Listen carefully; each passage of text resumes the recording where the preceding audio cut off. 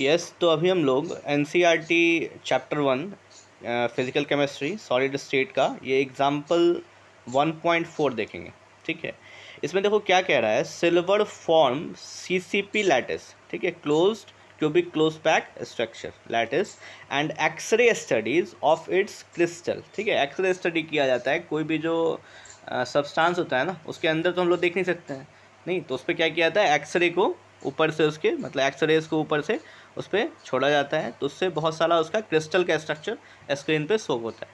ठीक है, तो x ray studies of its crystal so that the edge length of its unit cell, उसका जो यूनिट सेल जो है उसका जो एज लेंथ है, ठीक है, वो कितना है आपका 408.6 पीएम है। पीएम मतलब क्या हुआ, पिकोमीटर। ठीक है, तो यहाँ पे क्या बोल रहा है, calculate the density of the silver. ठीक है, सिल्वर का डेंसिटी कैलकुलेट करने के लिए बोल रहा है। ठीक है, तो हमने आपको बताया था कि डेंसिटी जो होता है किसी भी मतलब कि जो आपका जो यूनिट सेल का जो डेंसिटी होता है, मतलब किसी का जो डेंसिटी निकालते हैं, किसी भी पर्टिकुलर यूनिट सेल का जो डेंसिटी निकालते हैं, तो डेंसिटी के लिए एक फॉर्मूला होता है। डेंसिटी के लिए density D is equal to क्या होता है, Z M by A cube into N naught. नहीं, ये फॉर्मूला मैंने आपको बताया था जब मैंने सॉलिड स्ट्रक्चर का, और ये हमने डिड्यूस भी किया था इस फॉर्मूला को, कैसे ये फॉर्मूला आता है। ठीक है, यहाँ पे जो z है, z क्या है आपका, z है आपका number of atom per unit cell, number of atom है ये क्या है आपका नंबर ऑफ एटम है। ठीक है, per unit cell, per unit cell. ठीक है, किसी एक पर्टिकुलर यूनिट सेल में z कितना होगा। ठीक है, तो बीसीसी के लिए z कितना होता है, एफसीसी के लिए, क्योंकि यहाँ पे क्या है, क्लोज पैकिंग स्ट्रक्चर है, तो सीसीपी के लिए जो हमारा जो z होता है वो कितना होता है, 4 होता है। z कितना होता है हमारा, 4 होता है। ठीक है, तो d इज इक्वल टू हो जाएगा, z कितना है हमारा 4 है। ठीक है, और इनटू m क्या है आपका यहाँ पे, m यहाँ पे आपका क्या है, m आपका यहाँ पे क्या है, m है यहाँ पे आपका मॉलिकुलर मास, m आपका क्या है यहाँ पे, मॉलिकुलर मास। ठीक है, तो मॉलिकुलर मास यहाँ पे दिया हुआ है, सॉरी एटॉमिक मास यहाँ पे दिया हुआ है। ठीक है, यहाँ पे एटॉमिक मास आपका दिया हुआ है, सॉरी ये मॉलिकुलर नहीं एटॉमिक मास, एलिमेंट है तो एटॉमिक मास है। ठीक है, तो ये कितना हो गया आपका 107.9। ठीक है, और बाई कर देंगे, क्या डिवाइड कर देंगे इसको, ये हमारा क्या है, ए क्यूब है, ए क्यूब कितना हो जाएगा, ए क्यूब हो जाएगा हमारा, ये हमारा क्या है, ए है, एज लेंथ कितना है 408.6 पिकोमीटर।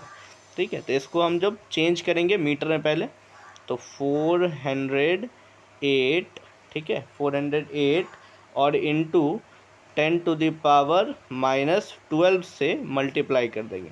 ठीक है, क्योंकि एक पिकोमीटर जो होता है वो आपका 10⁻⁻12 मीटर के बराबर होता है। ठीक है, इसलिए इसको क्या किए 10⁻⁻12 से मल्टीप्लाई कर दिए। ठीक है, और उसका होल क्यूब कर देंगे, उसका होल क्यूब जैसे यहाँ फॉर्मूला में है, और इनटू एन नॉट कितना है आपका, एन नॉट का वैल्यू होता है 6.022 10⁻23। जी हाँ, ये आपका क्या है, एवोगाड्रोस नंबर है, ये आपका क्या है, एवोगाड्रोस नंबर है। ठीक है, इसको जब कैलकुलेट करके निकालोगे, इसको जब आप कैलकुलेट करके निकालोगे तो ये आपका आ जाएगा कितना, ये आपका आ जाएगा करीब करीब 10.5। ठीक है, into 10⁻3, 10.5 into 10⁻3 KG metre cube, KG metre cube, क्योंकि हमने जहाँ पे सारा जितना भी हमने यहाँ पे हमने जो भी हमने यूज़ किया है वो हमारा केजी में है या फिर मीटर में, इसलिए केजी मीटर क्यूब हो जाएगा। ठीक है, और इसी को अगर ग्राम में चेंज करना हो, इसी को अगर ग्राम में चेंज करना हो तो क्या करेंगे, 1000 से डिवाइड कर देंगे, क्या कर देंगे 1000 से डिवाइड कर देंगे। ठीक है, तो हमारा ये क्या हो जाएगा, ग्राम में चेंज हो जाएगा। ठीक है, तो ये कितना हो जाएगा आपका, ये आपका हो जाएगा इज इक्वल टू 10.5 ग्राम पर सेंटीमीटर क्यूब। ठीक है, ग्राम पर सेंटीमीटर क्यूब में करने के लिए बाई 10⁻3 से डिवाइड कर दिया हमने। ठीक है, तो आंसर क्या हो जाएगा आपका 10.5 ग्राम पर सेंटीमीटर क्यूब। ठीक है, यहाँ पे कंफ्यूज नहीं होना, यहाँ पे एक्चुअली में क्या है 10⁻, जैसे यहाँ पे ना केजी पर मीटर क्यूब को अगर ग्राम पर सेंटीमीटर क्यूब में चेंज करना हो तो क्या सब करना पड़ेगा, और मैं पहले आपको बता देता हूँ एक बार। जैसे केजी है तो केजी को ग्राम में चेंज करने के लिए क्या करना पड़ेगा, मल्टीप्लाई करना पड़ेगा कितना से, 1000 से, ठीक है। तो जैसे मान लो 1 kg है, 1 kg है बाई 1 मीटर क्यूब है, ठीक है। तो ये 1 kg कितना हो जाएगा, ये हो जाएगा आपका 1000 ग्राम, ये कितना हो जाएगा 1000 ग्राम, ठीक है। और भाई आपका 1 मीटर क्यूब कितना हो जाएगा, ये हो जाएगा 100 इंटू 100 इंटू 100 सेंटीमीटर क्यूब, ठीक है, सेंटीमीटर क्यूब, क्योंकि मीटर क्यूब को सेंटीमीटर क्यूब में चेंज करने के लिए 100 इंटू 100 से मल्टीप्लाई करना पड़ता है। तो यहाँ पे आपका 1 2 3, ये 3 आपका कट जाएगा, यहाँ से आपका 1 2 और यहाँ आपका 3 कट जाएगा, ठीक है। तो कितना हुआ आपका 10⁻³ हुआ, 10⁻³ से मल्टीप्लाई करना पड़ता है। तो वही हमने यहाँ पे 10⁻³ से जब मल्टीप्लाई किया तो ये 10⁻³ यहाँ पे आपका ख़त्म हो गया। तो ये आपका कितना आ गया 10.5 ग्राम पर सेंटीमीटर क्यूब, ठीक है।